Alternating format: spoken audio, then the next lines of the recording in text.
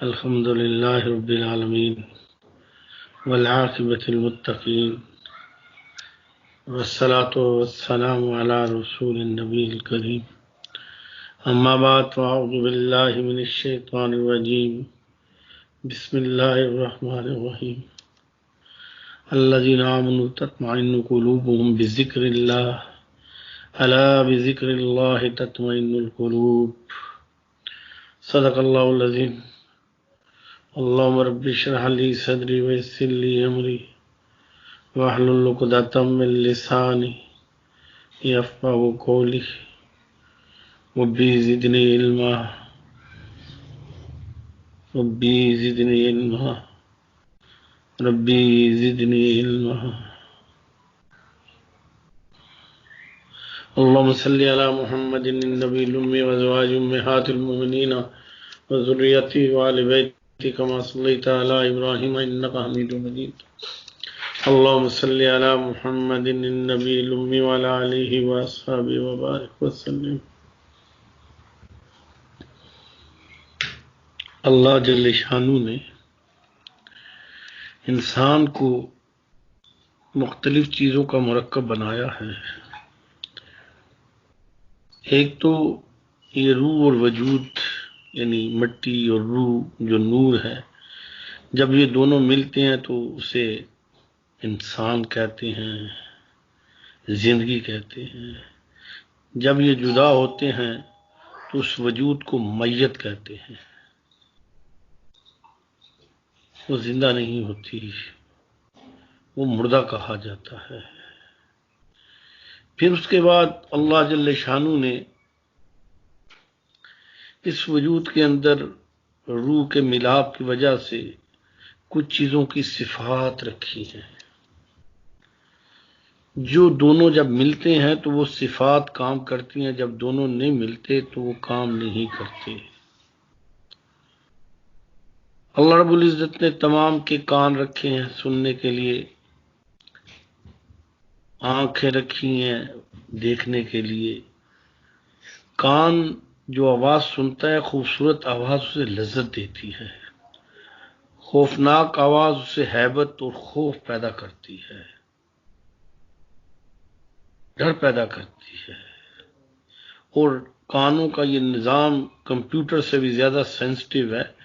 آپ 50 سال بعد بھی کسی کی ملاقات ہوئی ہے اور آپ اس کی آواز سنتے ہیں تو آپ پہچان جاتے ہیں کہ یہ فلانا بندہ ہے۔ یہ اتنا سینسٹیو اور اتنا تیز نظام ہے۔ اور اس کے بعد اللہ رب العزت نے آنکھیں دی ہیں جو صرف دیکھتی ہی نہیں،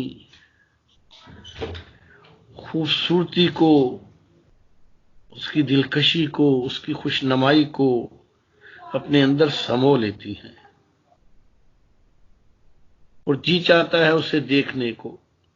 خوبصورت مناظر ہوتے ہیں، بڑے بڑے خوبصورت مناظر ہوتے ہیں، زمینوں میں، پہاڑوں میں، ندیوں میں، بارشوں میں، بعض علاقوں میں۔ اس طرح بیت اللہ ہے، اسی طرح روضہ رسول ہے، اور اس طرح اور مناظر ہیں، اسی طرح خوبصورت چہرے ہیں۔ تو یہ خوبصورتی کو دیکھ کے لذت پاتی ہے،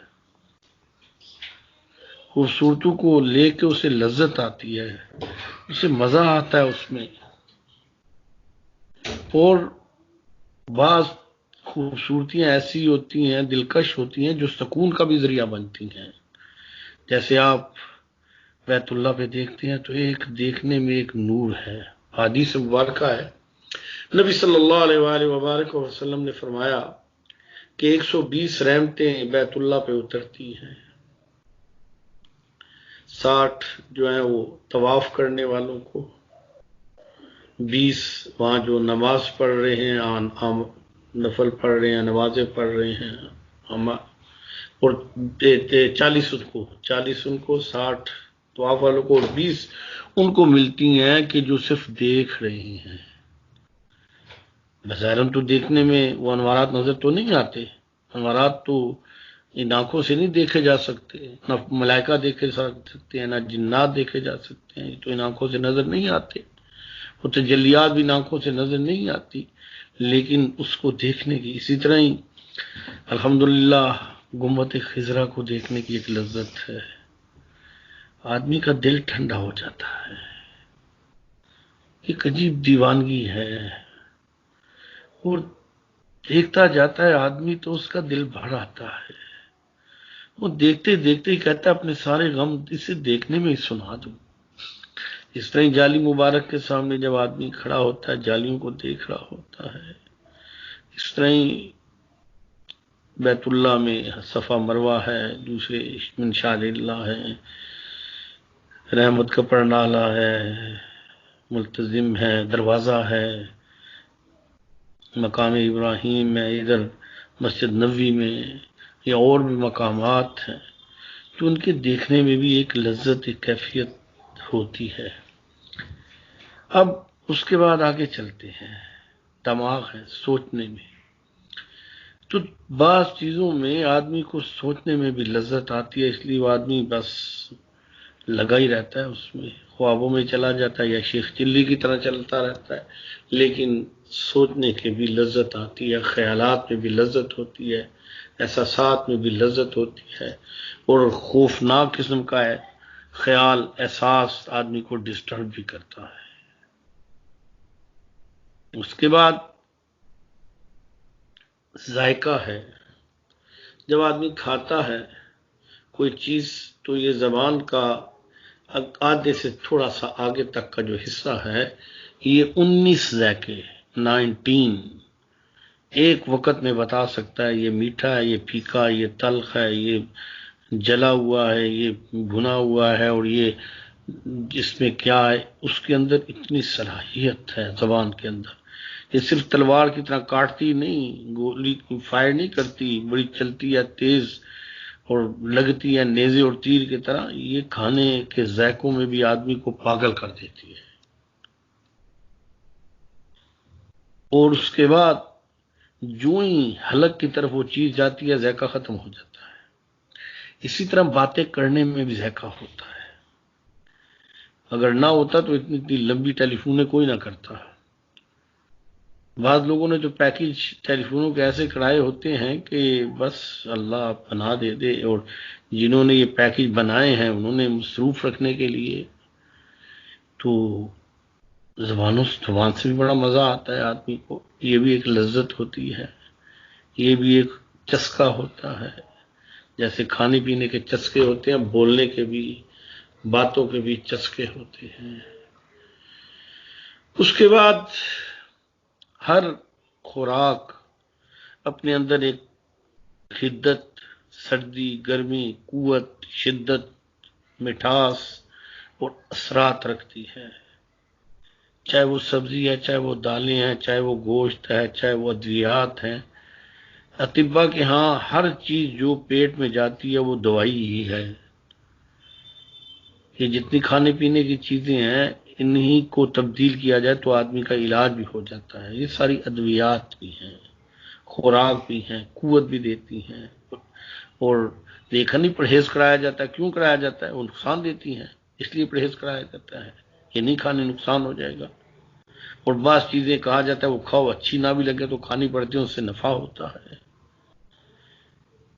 اسی طرح یہ ہاتھ ہے نا، اور ہاتھ کے اندر بھی سینس ایک سسٹم ہے، لمس سارے جسم میں ہے، سر سے لے کے پاؤں تک، لیکن ہاتھوں میں زیادہ ہے، ہتھیلیوں میں زیادہ ہوتا ہے، تو کسی بھی پسندیدہ چیز کو ٹچ کرنے سے اسے لذت آتی ہے، اسے مزہ آتا ہے۔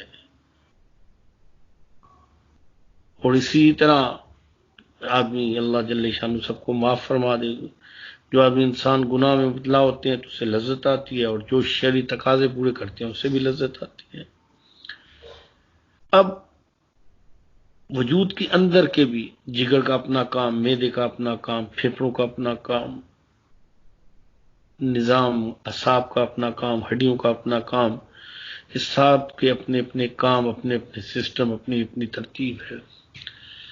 اب یہ جو دل ہے جسے ہم دل کہتے ہیں، یہ بظاہراً خون سپلائی کرنے والا ایک آلہ ہے کہ یہ وجود سے وریدوں کے ذریعے، یہ نام ہے ورید، رگوں کا خون کھینچتا ہے اور شریانوں کے ذریعے خون سپلائی کرتا ہے۔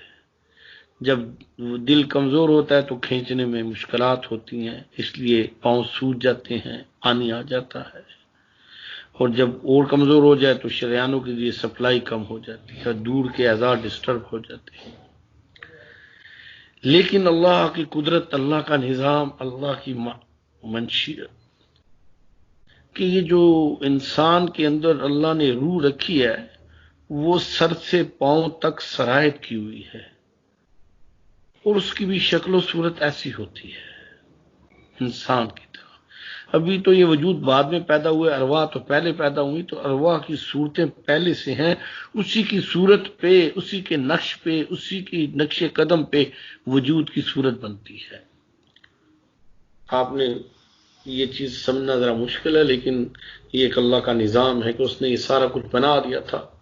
اب وہ جب روح منتقل ہوتی ہے 4 مہینے میں، تو بچہ اسی روح کی شکل میں ہی شکل پاتے رہتا ہے، اور لیکن یہ وجود کے اندر ایک سرایت کی ہوئی ہوتی ہے، نور کی طرح، بجلی کی طرح، اور اس کا اپنا ایک جسم بھی اسی ہی طرح انسان کی طرح کا ہوتا ہے، جو خواب میں آپ بعض وقت دیکھتے ہیں۔ اب جیسے میں نے یہ کہا نا کہ وجود میں ظاہری اللہ نے اعضاء رکھے ہیں، اس طرح روح کے بھی کچھ مقامات ہیں، اور ان مقامات سے روح کا تعلق اپنی اپنی نوعیت کے اعتبار سے ہے۔ روح لطیف ہے، فرشتوں سے بھی زیادہ لطیف ہے، اور اتنی سینسٹیو ہے کہ جس کو کوئی سوچ نہیں سکتا، اور اس کی پرواز کی اتنی تیزی ہے کہ جو فرشتے جس کا تصور بھی نہیں کر سکتے، کیونکہ قل روح من امر ربی، اللہ کے امر میں سے ہے، اور اللہ نے اس کے اندر تجلیات رکھی ہیں، نور رکھا ہے۔ اب جب یہ وجود میں سرایت کر جاتی ہے نا، تو یہ جو دل ہے نا ہمارا، جسے ہم دل کہتے ہیں، عربی میں سے قلب کہتے ہیں، اور صوفیہ جب اسے قلب کہتے ہیں تو اس سے مراد وہ روح کا بھی جو دل ہے نا، روح کا بھی جو مقام ہے نا، اس کے مقام میں فٹ آ گیا ہے، فٹ کر دیا ہے۔ ظاہری طور پہ یہ وجود کا لوتھرا، خون کا لوتھرا، اس کا نام دل ہے، قلب ہے، اور باطنی طور پہ، روحانی طور پہ روح کا بھی وہ اندر مقام ہے۔ اس کی تھوڑی سی مثال سمجھنے کے لیے آپ بیت اللہ میں چلے چلیے۔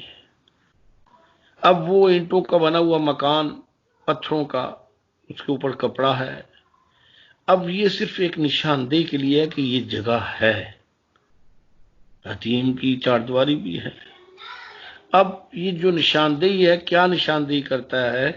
یہ نشاندہی کرتا ہے کہ یہاں اللہ کی خاص تجلیاں اترتی ہیں۔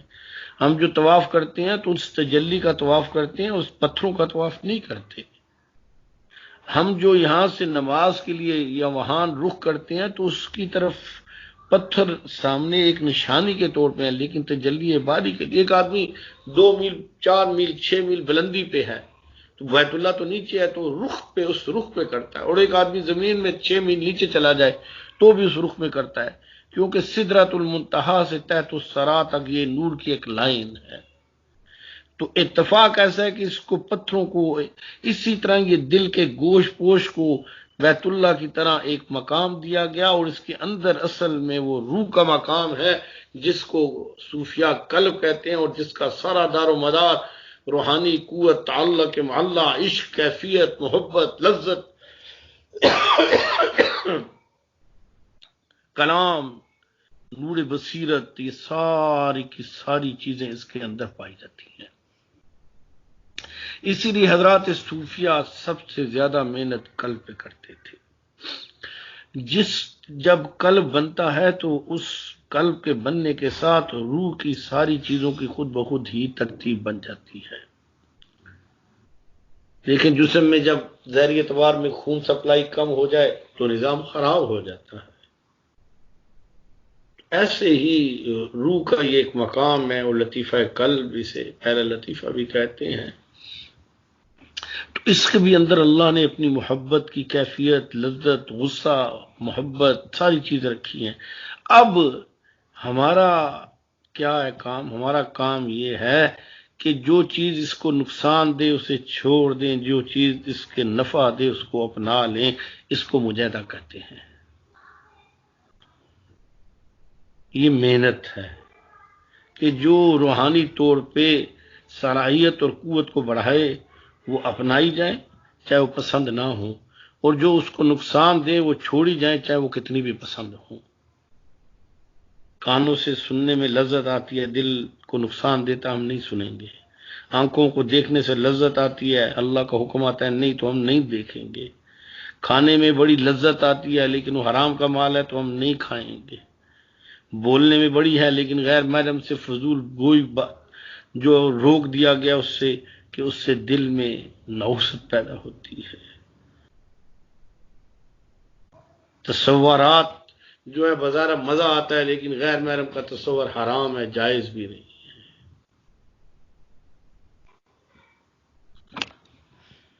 تو یہ جو وجود کے اعضاء و جوارح ہیں نا، یہ کیمرے کی طرح ہیں۔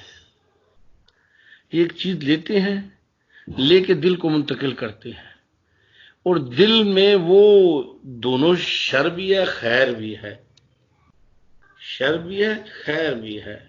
جب وہ شر ہوتا ہے تو وہ اس کو ایک لذت کیفیت ہوتی ہے، جو کانوں کے ذریعے اسے لذت آتی ہے، آنکھوں کے ذریعے لذت آتی ہے، زبان کے ذریعے لذت آتی ہے، کھانے کے ذریعے لذت آتی ہے، سوچنے کے ذریعے لذت آتی ہے۔ یہ ظاہری طور پہ بھی اس کا اثر ہے اور باطنی طور پہ دل کے اندر بھی اس کا اثر آتا ہے۔ اس کا قانون، اس کا ضابطہ اللہ نے اسی لیے بیان کر دیا، الذین آمنوا تطمئن قلوبهم لذکر الا بذکر اللہ تطمئن القلوب، الا بذکر اللہ تطمئن القلوب، کہ دلوں کا اطمینان اللہ نے فرمایا کہ ہم نے اپنے ذکر میں رکھا ہے، نہ دولت سے، نہ عزت سے، نہ گھر آباد کرنے سے، تسلی دل کو ہوتی ہے خدا کو یاد کرنے سے۔ ڈاکٹر کہتا ہے آپ دودھ پئیں آپ کو نفع ہوگا، ڈاکٹر کی بات کا یقین کیا جاتا ہے، اللہ فرما رہے ہیں اور اللہ کا نبی فرما رہے ہیں، اللہ کے نبی کہہ رہے ہیں۔ تو یہ جو اللہ کا ذکر ہے، یہ جب یہ دل میں آتا ہے تو دل کی کیفیت کو بدلتا ہے، اس کے ذائقے کو بدلتا ہے، اس کے شر کو کمزور کرتا ہے، اس کی لذت کو، اس کے خیر کو بڑھاتا ہے۔ پھر یہ کان، یہ دماغ، یہ آنکھیں، یہ زبان، یہ ان کی ترتیب اور ان کے ذائقے بھی بدل جاتے ہیں۔ ایک آدمی ہے اسے میوزک سے لذت آتی ہے، اس کا دل خراب ہے۔ ایک آدمی اس کا دل تندرست ہے، اسے میوزک سے تکلیف گزرتی ہے، آنکھوں پہ انگلیاں رکھ لیتا ہے، اور یہ سنت ہے، حدیث میں نبی صلی اللہ علیہ وسلم سے بھی ثابت ہے، حضرت عبداللہ بن مسعود رضی اللہ تعالی عنہ سے روایت ہے۔ ایک آدمی ہے اسے غیر محرموں کو دیکھنے میں لذت آتی ہے، لیکن اس لیے کہ دل میں ہے نا، خرابی دل کے ساتھ ہے نا۔ اور ایک دوسرا آدمی ہے وہ دیکھتا ہے تو اس سے دیکھتے حیا آتی ہے، اللہ کا خوف آتا ہے، اس کا دل قبول نہیں کرتا۔ جیسے ایک آدمی ہے وہ چائے پیتا ہے، چائے گندی میلی سی پیالی بھی گندی تو اسے پی لیتا ہے، لیکن دوسرا آدمی دیکھ کے اسے کراہت آتی ہے، الٹی آتی ہے۔ ایسے ہی جب دل سنورتا ہے تو یہ کان، آنکھ، زبان، یہ ان کے ذائقے بھی بدل جاتے ہیں، کیونکہ یہ سکون اور لذت کا مرکز دل ہے۔ یہ کیمرے ہیں جو اس تک پہنچاتے ہیں اور اس کی لذت کو کان تک لے کے آتے ہیں، آنکھ تک لے کے آتے ہیں، زبان تک لے کے آتے ہیں، دماغ تک لے کے جاتے ہیں، پیٹ تک لے کے جاتے ہیں، شرمگاہ تک لے کے جاتے ہیں۔ جب یہ دل تندرست ہو جاتا ہے، خیر آ جاتا ہے، تو وہ ان رستوں میں آنے والی چیزوں کو قبول نہیں کرتا۔ ایک آدمی ہے وہ بہت ٹھنڈا پانی پی لیتا ہے، دوسرا آدمی ٹھنڈے پانی کو کرتا ہے تو اسے کھانسی شروع ہو جاتی ہے۔ ایک آدمی ہے گرم گرم چائے کھولتی پی لیتا ہے، دوسرا ہاتھ میں لگاتا ہے تو اسے ہاتھ سے ہی چھوٹ کے گر جاتی ہے۔ تو ایسے ہی جب آپ کے دل کے اندر ایمان کی حلاوت، ایمان کی کیفیت، لذت اور خیر والے مادے آنا شروع ہو جائیں گے تو یہ کان، یہ آنکھیں، یہ دماغ، یہ زبان، یہ پیٹ، یہ شرمگاہ، یہ سارے خود درست ہو جائیں گے۔ اسی لیے میرے آقا صلی اللہ علیہ وسلم فرمایا کہ جسم میں خون کا لوتھڑا ہے، اگر وہ ٹھیک ہو جائے تو سارا وجود ٹھیک ہوتا ہے، وہ خراب ہو تو سارا وجود خراب ہوتا ہے۔ وہی القلب، وہ دل ہے۔ قرآن دوسری جگہ کیا کہتا ہے؟ یوم لا ينفع مال ولا بنون الا من اتى الله بقلب سلیم۔ قیامت کے دن نہ مال کام آئے گا، نہ اولاد کام آئے گی، ہاں وہ دل، پاک دل، تندرست دل، صاف دل۔ ایک آدمی ہے، اس کو ملیریا ہو گیا ہے، اور ملیریا میں میٹھی چیز یا کسی چیز کا ذائقہ ختم ہو جاتا ہے۔ آپ اس کے سامنے چینی ڈالیں بھی تو اسے ذائقہ نہیں آتا۔ جب دل بیمار ہوتا ہے، چاہے وہ رمضان ہے، چاہے وہ حج ہے، چاہے وہ مکہ مکرمہ ہے، چاہے مدینہ طیبہ ہے، چاہے شب قدر ہے، اس سے کوئی فرق نہیں پڑتا۔ وہ کہتا ہے پھیکا ہے، کڑوا ہے، اس لیے اس کا دل ان لذت کو پا نہیں رہا۔ جب آپ اس دل کی اصلاح حضرات صوفیہ کے ترتیب میں کرتے جائیں تو جتنی دل کی اصلاح ہوگی اتنی اعمال کے اندر لذت، قوت اور ثواب کا درجہ بلند سے بلند ہوتا چلا جائے گا۔ حضرت عبداللہ بن عباس رضی اللہ تعالی عنہ سے روایت ہے، فرمایا کہ اللہ پاک جب انسان ارادہ کرتا ہے تو ایک نیکی لکھ دی جاتی ہے، ابھی بھی شک نہیں کیا، اور جب کر لیتا ہے تو 10 سے لے کے 700 گنا اور اس سے زیادہ جہاں اللہ چاہے۔ یہ جتنی دل کی کیفیت، دل کی درستگی، دل کی اصلاح، دل کی قوت، اتنا ہی آدمی اللہ کی اس طرف سے اسے انعامات، اس کا ثواب، یہ اتنا ہی باقی چیزوں میں اسے زیادہ سے زیادہ خود بخود نصیب ہوگا، اس لیے کہ اس کا وہ قلبی معیار بدل گیا، اس کی ترتیب بدل گئی ہے، وہ اس کا ضابطہ بدل گیا ہے۔ تو بھئی اپنے دلوں کی اصلاح، اپنے دلوں کی فکر بڑی ضروری ہے، بہت ضروری ہے۔ جن لوگوں کو بد نظری کی عادت ہے، موسیقی کا ذوق شوق ہے، کھانے پینے کے چسکے ہیں، پھرنے پھرانے کے، بعد لوگوں کو بڑا پھرنے کا شوق ہوتا ہے، معذرت کے ساتھ بعض لوگ چلو ہیں، لیکن بعض لوگوں کو ایک جنون بھی ہوتا ہے، وہ گھر میں نہیں بیٹھ سکتے، تو یہ بھی ایک بیماری ہے۔ میرے آقا تو فرماتے ہیں صلی اللہ علیہ وسلم کہ سفر عذابوں کا ایک حصہ ہے، ٹکڑا ہے، جب فارغ ہو جو جلدی گھر کی طرف آ جاؤ۔ لوگوں کو اپنے گھر ہی اچھے نہیں لگتے، بعض ایسی جگہوں پہ جاتے ہیں جہاں پردے کا بھی اہتمام نہیں ہوتا، اور بعض ایسی جگہ ہوتی ہیں جو گناہوں کے لیے مشہور ہوتی ہیں، وہاں فحشی گناہ مشہور ہوتی ہیں گناہوں کے لیے۔ حدیث مبارکہ ہے، نبی صلی اللہ علیہ وسلم جو اللہ کے رسول اور یوم قیامت پر ایمان لانے والا، اس کے لیے جائز نہیں ہے کہ مقام ملامت پر کھڑا ہو، اور علماء نے مقام ملامت کی جو شرح لکھی ہے، ایسی جگہ جو عام طور پہ مشہور ہو، جہاں اچھے لوگ نہ جاتے ہوں، جو بدنامی کے اعتبار سے مشہور ہو، چاہے وہ کتنی بھی خوبصورت ہو۔ تو یہ چھوٹی سی میں نے وضاحت دل کی۔ اب جب دل بنے گا تو بات بنے گی، دل بنے گا تو بات بنے گی۔ یہ جو ہماری نیت ہے نا، انما الاعمال بالنیات، تو کما قال النبی صلی اللہ علیہ وسلم، اعمال کا دار و مدار نیت پر ہے، تو یہ نیت دل سے نکلتی ہے۔ جب دل بیمار ہوتا ہے تو نیت بھی خالص نہیں ہوتی، اور اگر دل نیت خالص بھی ہو تو اس درجے کی قوی نہیں ہوتی۔ جتنا دل قوی ہوگا، جتنا دل تندرست ہوگا، جتنا دل اللہ سے جڑا ہوگا، جتنا دل مضبوط ہوگا، اتنا ہی اس کی نیت خالص بڑی اور اللہ کا اجر زیادہ ہوگا۔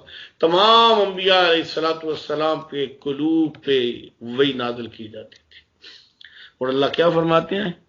ان کی آنکھیں اندھی نہیں، ان کے دل اندھے ہیں، جو میں نے پہلے بات کی نا کہ یہ دل کا ان کے یہ بہرے نہیں ہیں، ان کے دل بہرے ہیں۔ اور دوسری جگہ قرآن کیا کہتا ہے؟ سم بکم ہم فہم لا یرجعون۔ ایک اور جگہ کیا کہتا ہے؟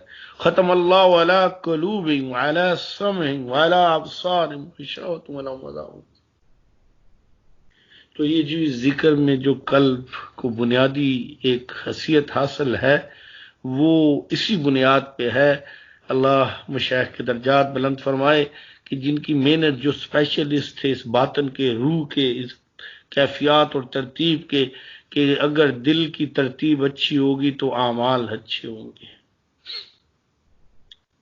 پھر آدمی ڈنڈیاں نہیں مارتا، منافق نہیں ہوتا۔ حدیث میں دعا آتی ہے، نبی صلی اللہ علیہ وسلم فرمایا اللہ میرا باطن میرے ظاہر سے بھی اچھا کرتے ہیں۔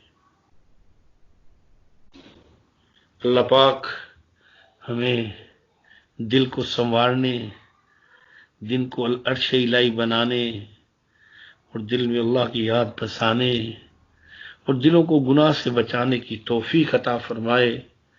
اللہ ہمارے ظاہری گناہوں سے بھی ہمیں نجات دے اور باطنی گناہوں سے بھی ہمیں نجات عطا فرمائے۔ اللہ ہم سب کی حفاظت فرمائے۔